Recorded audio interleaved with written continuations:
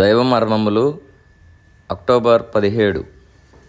సహోదరుడు భక్తసింగ్ గారి అనుభవంలో దేవుడు ఆయనకు బయలుపరిచిన మర్మములను అనుదినము పంచుకొనుట.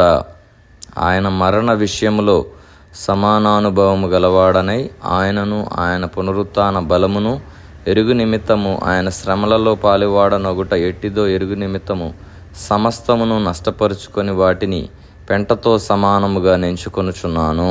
ఫిలిప్పీ 3:11. అనుదినము విశ్వాసము ద్వారా ఆయన పునరుత్థాన శక్తిని మనము అన్వయించుకుంటేనే గాని ప్రభువునకు తృప్తి కలుగదు. గలతీ 2:20లో పౌలు క్రీస్తు నా యందు జీవించుచున్నాడు అని చెప్పాను. ఎందుకనగా సజీవుడైన క్రీస్తే నీ కొరకు నా కొరకు మరణమును జయించాను. ఆయన పునరుత్థాన శక్తి యందలి విశ్వాసము ద్వారా అనుదినము మనము శోధనలను జయించుటకు సజీవుడైన క్రీస్తే మన యందు జీవించుచున్నాడు.